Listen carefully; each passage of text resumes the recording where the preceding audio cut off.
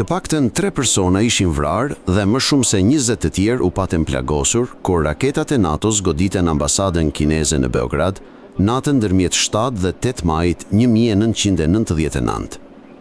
Ekipet e shpëtimit punuan gjatë gjithë natës duke kërkuar të mbijetuar mes rrënojave të ndërtesës së ambasadës. Ajo thuaj se ishte goditur nga 1 ose më shumë raketa të premte në asaj nate, që ishte cilësuar si më e rënda e bombardimeve në kryeqytetin Jugoslav, që nga nisja e sulmeve ajrore të Aleancës së NATO-s me 24 mars. Shpëtimtarët kishin nxjerrë trupin e një viktime, ndërsa po vazhdonin të kërkonin edhe persona tjerë. Policia dhe ushtria serbo-jugoslave patën bllokuar bulevardin e mbushur me vrima nga copzat e predave, ndërsa zjarrfiksit shuanin zjarret që ende digjeshin brenda ndërtesës. Zyrtarët në Beograd patën shprehur zemërim të shtuar për bombardimet e kësaj nate. Ky ishte një akt kriminal, si edhe aktet e tjera kriminale në vendin tonë. Për një muaj e gjyshme, njerëzit janë vrarë dhe bombarduar. Tani është ambasada kineze. Ajo u godit me shumë sukses nga 2 bomba. Nuk është gabim kur diçka goditet me 2 bomba, pati thënë Goran Matić, ministër pa portofol në qeverinë jugoslave.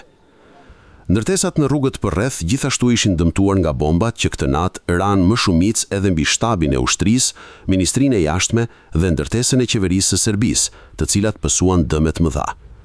Si ndërtesa e ushtrisë, ashtu edhe ajo e ministrisë së jashtme ishin goditur edhe më parë dhe ishin zbrazur para bombardimeve të mëhershme.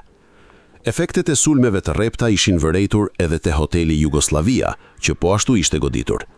NATO-ja pati thënë se hoteli po përdorej për akomodimin e trupave të forcës paramilitare serbe Tigrat e Arkanit. Përballë ambasadës kineze, 2 katet e sipërme të ndërtesës së qeverisë serbe ishin shembur. Një person që kishte qelluar në punë këtu, atë natë, tha se ishte me fat që kishte mbijetuar. Isha duke e kthyer makinën mbrapa dhe ktheva kokën. 2 metra larg ndodhi shpërthimi. Një cop predhe ma theu xhamin e përparëm dhe xhamat u coptuan, por unë mbijetova, pati deklaruar Ljubisha Ristić, i cili në fakt ishte edhe presidenti i Partisë së Majt Jugoslave, të bashkëthemeluar nga gruaja e Slobodan Miloševićit, Mira Marković.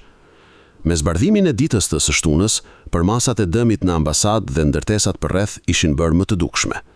NATO-ja deklaroi se nuk e kishte shënjëstruar qëllimisht ambasadën, ndërsa shprehu keqardhje për çdo humbje jete apo plagësi që shkaktoi nga sulmi. Kina e kishte quajtur sulmin një shkelje flagrante të sovranitetit kinez. Ajo pati ftuar një mbledhje urgjente të Këshillit të Sigurimit të OKB-s të shtunën për të dënuar sulmin. Kina kërkonte që Kombet e Bashkuara ta hetojnë bombardimin dhe NATO-ja të japë spjedhime.